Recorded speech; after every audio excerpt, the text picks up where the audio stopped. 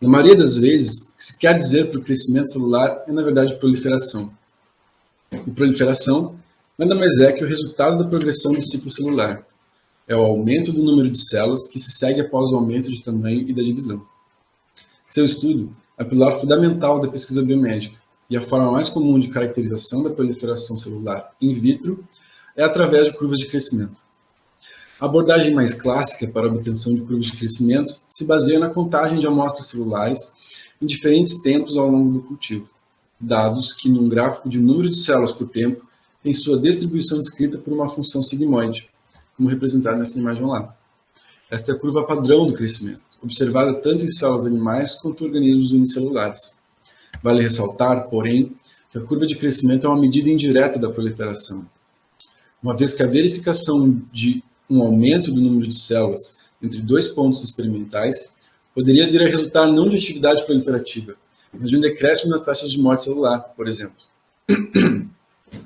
Medidas diretas da proliferação celular, por sua vez, se baseiam, por exemplo, na detecção de análogos de nucleosídeos incorporados durante a síntese de DNA, como a timidina tritiada e a bromodeoxiuridina, ou na detecção de proteínas associadas ao ciclo celular, como a Ki67 e a PCNA, antígeno nuclear de células proliferantes.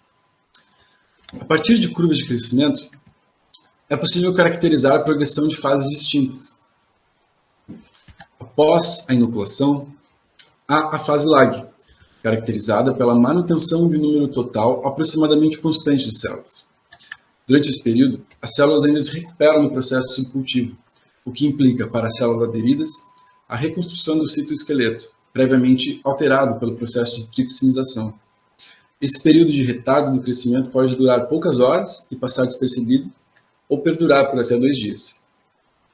Diretamente após a fase lag, ou depois de um breve período de aceleração, o crescimento entra na fase log, logarítmica ou exponencial, período durante o qual a população celular dobra numa taxa constante, chamada tempo de dobramento. E os indivíduos se proliferam em velocidade máxima, também constante, parâmetro conhecido como Misch's máximo. Durante a fase de crescimento exponencial, os nutrientes no meio de cultivo estão em excesso. As células apresentam condições fisiológicas e proliferativas ideais e uma alta atividade metabólica. Essa condição de idealidade é rompida por diferentes fatores. Uma depleção de nutrientes e fatores de crescimento a níveis limitantes do meio de cultura, a inibição por subprodutos metabólicos tóxicos, como lactato e amônio, e a limitação de espaço físico para livre crescimento das células, conforme a densidade celular aumenta e o cultivo se aproxima da confluência. Com o término, então, da fase lag, o crescimento celular desacelera, e com a entrada na fase platô, ou estacionária, se torna nulo. Esta fase de cultivo é caracterizada por um número total de células constante, devido à equivalência das taxas de morte e de proliferação, e a densidade de saturação é determinada aqui como o número total de células pela área da placa na qual forem inoculadas. Em cultivos aderidos, pode não ser possível verificar uma fase de declínio no crescimento, na qual a concentração celular decresce, pois as células mortas podem ser descartadas junto do meio condicionado durante o procedimento de amostragem. Parâmetros cinéticos e outras características das curvas de crescimento são fundamentais para a caracterização de linhagens celulares e para acompanhamento de suas respostas a tratamentos químicos, manipulações genômicas e de meio de cultura, por exemplo. Aqui, nosso intuito é estudar o impacto da transformação maligna sobre o crescimento in vitro de células aderidas. Para isso, obteremos as curvas de crescimento para as linhagens A31 e SBT2, derivadas de células de embrião de camundongo Balb-C, sendo o clone A31 um modelo de célula normal, de crescimento dito controlado, e a célula SVT2 um modelo de célula cancerosa. Essas células serão, então, cultivadas em placas e em meios com diferentes concentrações de soro fetal bovino. Perfis e parâmetros de crescimento, como tempo de dobramento e densidade de saturação, serão avaliados, bem como a capacidade de crescimento das diferentes linhagens em meio com baixa concentração de soro fetal bovino. É esperado que células transformadas apresentem um tempo de duplicação menor e uma densidade de saturação maior, em conta de suas vantagens proliferativas, bem como maior capacidade de crescimento e baixa concentração de soro. devido à menor dependência em reguladores externos como fatores peptídeos de crescimento e hormônios. Sobre a metodologia, a contagem celular será realizada por método manual em hemocitômetro, ou câmara de Neubauer. Neste método, tem um volume de 10 microlitros de suspensão celular injetado no espaço entre a câmara de unicontagem e a lamínula que a cobre. Em seguida, com auxílio de um microscópio óptico e acompanhando as listras da rede quadriculada da câmara, deve-se contar o número total de células que ocupam a área de pelo menos 4 quadrados de 1 milímetro cúbico, como esse destacado aqui em vermelho.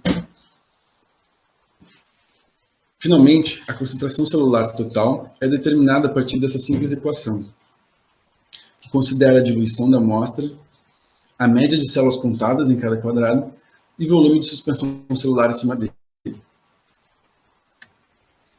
O método mais comum para a determinação da viabilidade celular consiste na incubação de amostras com azul de tripã, um corante excluído por células viáveis, e da contagem das células mortas que assumem coloração azul. Contudo, no cultivo de células aderidas, o descarte do meio gasto e a lavagem com PBSA, prévias ao processo de tripsinização, leva à perda de células mortas, pois essas têm a aderência celular comprometida. Logo, a contagem de células totais pode ser considerada uma medida indireta de células viáveis. Apesar da simplicidade e baixo custo, o método manual de contagem em hemocitômetro é laborioso e sua precisão é relativamente baixa. Métodos automáticos de contagem celular baseados em citometria de fluxo são uma alternativa viável para o aumento da rapidez e precisão na contagem de células, sendo o iodeto de propídio um dos reagentes mais utilizados para a aferição da viabilidade celular nesses sistemas.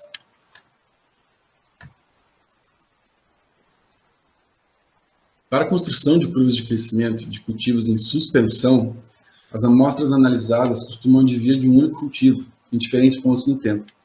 Já no caso de células aderidas, uma série de placas, nas mesmas condições experimentais, precisa ser cultivada em paralelo, sendo estas placas sacrificadas uma a uma ao longo do tempo para tripsinização e contagem, de modo que esses dados sejam plotados depois em apenas um gráfico, como se as amostras viessem do mesmo cultivo. Esse método, então, assume a equivalência entre os processos de crescimento de diferentes cultivos, que ocorrem nas mesmas condições experimentais, ou seja, é como um único cultivo ocorrendo simultaneamente por diferentes postos nas placas.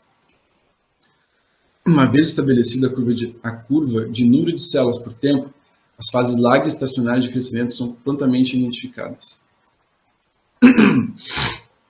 Já para a determinação da fase log, deve-se plotar o logaritmo natural do número de células sobre o tempo. O intervalo no qual a distribuição dos dados é bem descrita por uma reta corresponde à fase de crescimento celular exponencial, e a angulação dessa reta é o parâmetro μ. Para determinar o tempo de dobramento, esta simples equação é aplicada. Para atender os objetivos do experimento, o cultivo de cada linhagem celular se dará conforme ilustrado nesse esquema. O inóculo será de 50.000 células por poço. Amostras serão coletadas em duplicata a cada 2 dias ao longo de 9 dias. E serão testadas 2 condições de meio de cultura, uma com 5% soro fetal bovino e outra com 10%. Inicialmente, todos os poços são inoculados com meio 0,5% soro fetal bovino. E somente após um dia, o meio é trocado para as concentrações de 5% e 10%. A carência de fatores de crescimento no meio, devido à baixa concentração de soro, leva à detenção do ciclo celular e, assim, à sincronização da população. Após as 24 horas de sincronização em meio 0,5% soro fetal bovino, o primeiro ponto experimental é coletado, sendo necessário para isso apenas uma duplicata. Acabou de ser dito que as células seriam cultivadas em placas de 6 poços em condições de 5% e 10% soro fetal bovino. Porém, na verdade, células serão cultivadas em placas de 35 mm em condições de 0,5% e 10% soro fetal bovino.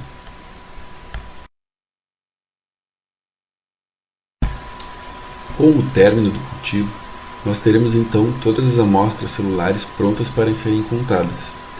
Agora eu vou demonstrar como podemos realizar essa contagem, seja por método manual ou automático em citômetro de fluxo. Então esta é uma câmara de Neubauer, ou hemocitômetro, dispositivo utilizado para a contagem manual. Primeiramente, nós passamos um pouco de água, com o dedo mesmo, nas extremidades da área de contagem, para em seguida pressionar e imobilizar uma lamínula sobre a câmara. Em seguida, 10 microlitros de suspensão celular são pipetados na extremidade entre a lamínula e a câmara, e a amostra então entrará na câmara por capilaridade. Nós então posicionamos a câmara sob o microscópio e precisamos agora encontrar a área quadriculada de contagem, bem como ajustar a iluminação e o aumento, de forma a termos uma boa visualização das células. Feito isso, deve-se contar o número de células encontradas em cada um dos 4 quadrados de 1 mm² das extremidades da área de contagem, e assim a concentração celular da amostra pode ser determinada aplicando-se uma simples fórmula. Para a contagem das amostras de forma automática, uma das alternativas é o uso do citômetro de fluxo, como este, o Accuray C6 da BD. As amostras devem ser posicionadas no suporte de tubos de equipamento, lidas uma a uma, tomando-se sempre cuidado para que as células não decantem, mas mantenham-se em suspensão durante a realização das leituras. Ao abrir então o software de aquisição de dados do equipamento, deve-se selecionar o tipo de suporte no qual a amostra se encontra, a posição específica da amostra no suporte e setar os parâmetros de leitura, um limite de amostragem de 50 microlitros por corrida e uma velocidade média de fluxo.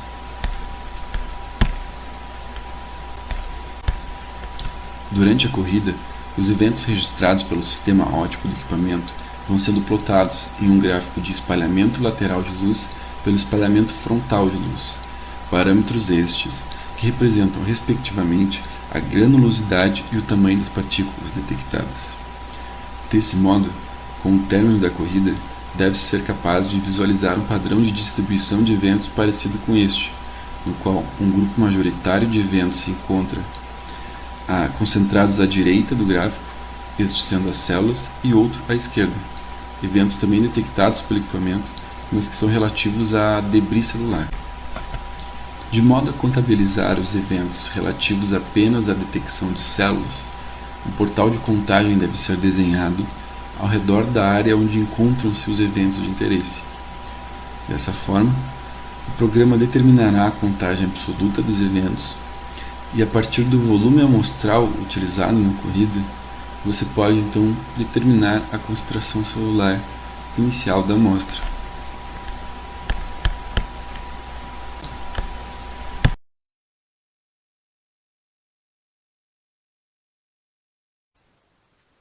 Ao correr as amostras no citômetro de fluxo, a primeira informação que recebemos é esse espalhamento dos eventos nesse gráfico de side scatter por forward scatter.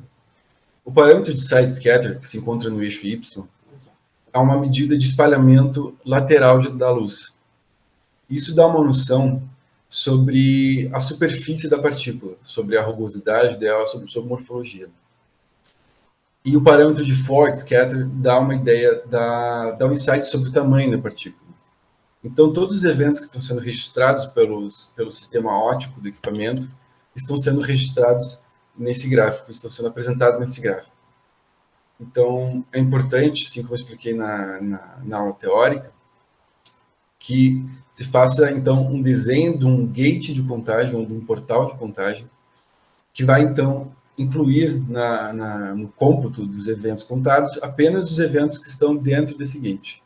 Então, nós fazemos isso para, de forma a eliminar os eventos que corresponderiam a debris celular nessa nossa amostra, de forma a termos contagens mais precisas.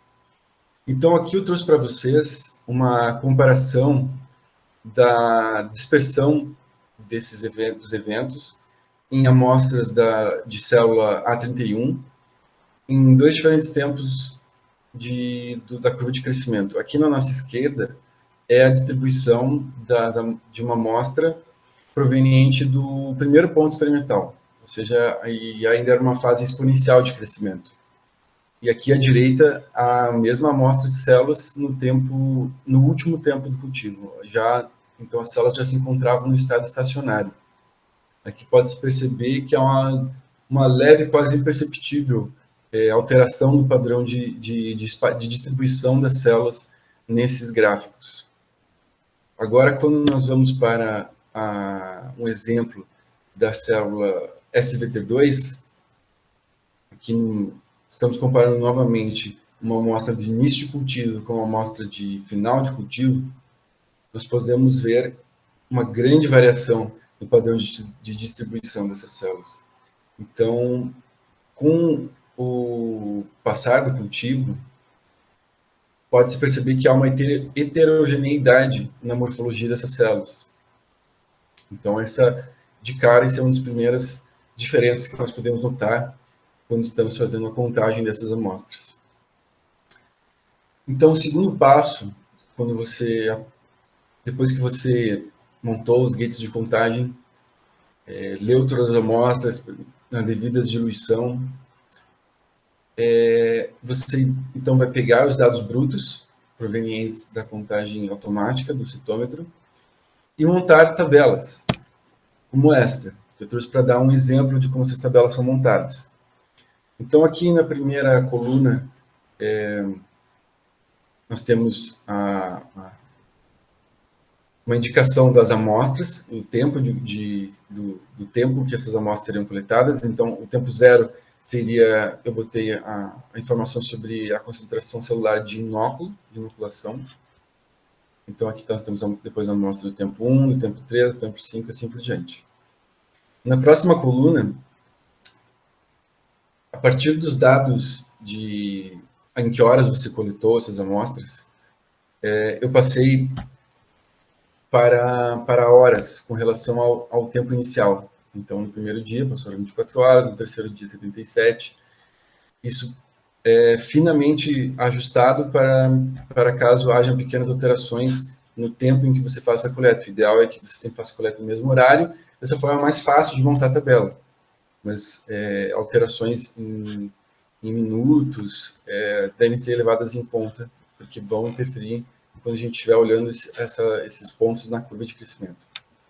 Então, na próxima coluna, eu transformo o valor do tempo que estava em horas para dia.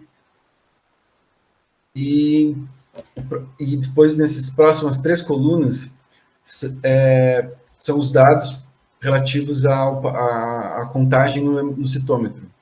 Então, na primeira aqui são os dados brutos, vindos da contagem de cada uma das duplicatas. Então, logo que à direita, a informação sobre a diluição, se essa amostra foi diluída ou não. E aqui nessa última coluna, você tem o volume que foi amostrado pelo citômetro. Então, na citometria, você pode correr as amostras com limite de tempo ou com limite de eventos totais, mas eu gosto de correr as amostras com limite de volume amostrado. Então, se em 50 microlitros, em uma amostra diluída uma vez, eu tiver esta contagem, nós podemos facilmente calcular qual que é o valor de concentração celular daquela amostra em células por ml. Então, calculamos a média, o desvio padrão, e o desvio padrão é importante para depois nós visualizarmos no gráfico esse desvio. E aqui, então, essas últimas 2 colunas, são para nós podermos determinar a fase exponencial de crescimento. E mais para frente eu vou entrar nesse detalhe, mas nessa coluna aqui nós tiramos, então, o LN da concentração celular, também o LN de X. Aqui essas colunas estão debaixo desse símbolo aqui X, porque esse símbolo é muito utilizado para denotar a concentração celular. Então, tirando o LN de X, nós montamos essa coluna, e essa coluna vai ser a base para nós identificarmos a fase exponencial de crescimento em determinados parâmetros, como o X e o tempo de duplicação. E essa coluna aqui eu vou explicar mais para frente para que ela serve. Então, analisando os nossos resultados da curva de crescimento da célula A31.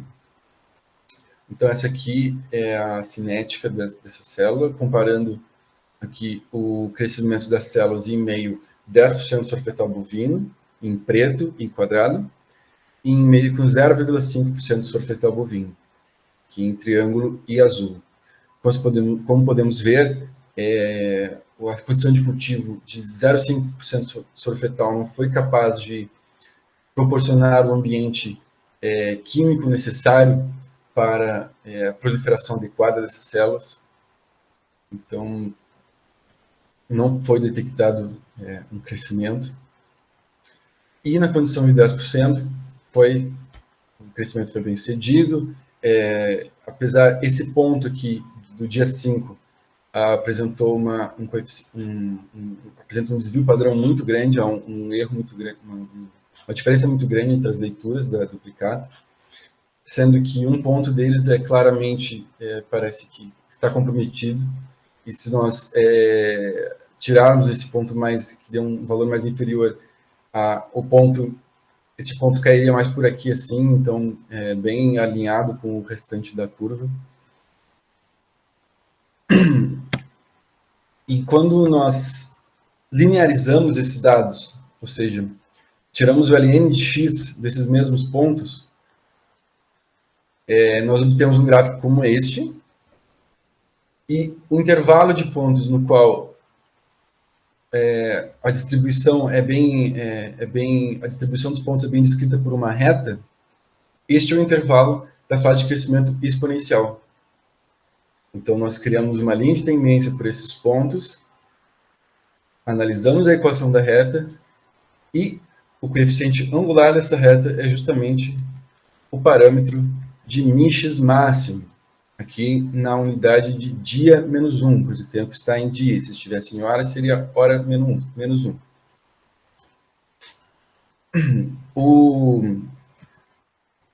Esta coluna aqui é justamente para, na hora de construir o gráfico de ln de x, você construir uma outra série apenas sobre aqueles pontos que você vai considerar para a colocação da linha de tendência, e dessa forma você consegue visualizar a linha de tendência por cima dos pontos, sem que você precisasse excluir esses pontos aqui, portanto você não ia ter uma visualização tão boa desses dados.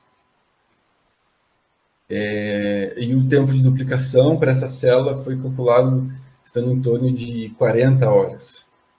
Um tempo de duplicação relativamente longo. Então agora vamos para a célula SBT2. Sim, só voltando aqui. Podemos perceber uma densidade máxima de celular atingida aqui, está em torno de 4 vezes 10 na 5 células por ml. Então, quando nós vemos aqui para a célula SBT2, o eixo está diferente, notem isso, e a densidade máxima atingida por essa célula foi de 1,2 vezes 10 na 7. Então, uma densidade bem maior. Nós podemos observar, como para esta linhagem, ambas condições de soro fetal bovino foram capazes de sustentar e promover um bom crescimento dessas células. Isso já era esperado devido a essa característica das células malignas, né? de ter um crescimento que não dependa tanto de soro fetal bovino. Uma vez feita a linearização desses dados em gráficos de ln de x, se observa o mesmo padrão que na linhagem A31, uma fase exponencial de crescimento apenas dos primeiros 3 pontos da curva, ou seja, ali pelo 3º dia já acaba o crescimento exponencial. Esse crescimento exponencial a duração dessa fase foi igual, tanto no cultivo das células A31 quanto nas células SVT2. Porém, aqui o parâmetro de Miches máximo é bem maior. Aqui para a condição de 0,5%, um Miches máximo de 1,2%, para a condição de 10%, 1,23%, uma diferença quase insignificativa. E podemos perceber um tempo de duplicação também bem similar, de 13,9% para a condição de 0,5% e 13,5% para a condição de 10%. Então, comparativamente, esse cultivo da célula SVT2, as células apresentaram uma velocidade de crescimento 3 vezes maior do que a célula A31 e levaram 26 horas a menos para duplicar. Então, são diferenças bem significativas. Comparando entre essas, dentro da linhagem SVT2, as duas condições diferentes de soro, por mais que os parâmetros de Mix máximo e de tempo de aplicação não tenham variado muito, podemos observar como a densidade de saturação, essa concentração máxima de celular atingida, duplicou quando nós comparamos a condição de 0,5% com a condição de 10% de soro fetal bovino, o que está bem de acordo com o que já comentou-se antes no curso sobre como a densidade máxima de células de crescimento aderido depende diretamente da concentração de soro fetal bovino adicionado no meio de cultura. Isso é verdade tanto para células normais quanto para células cancerígenas. Muito obrigado.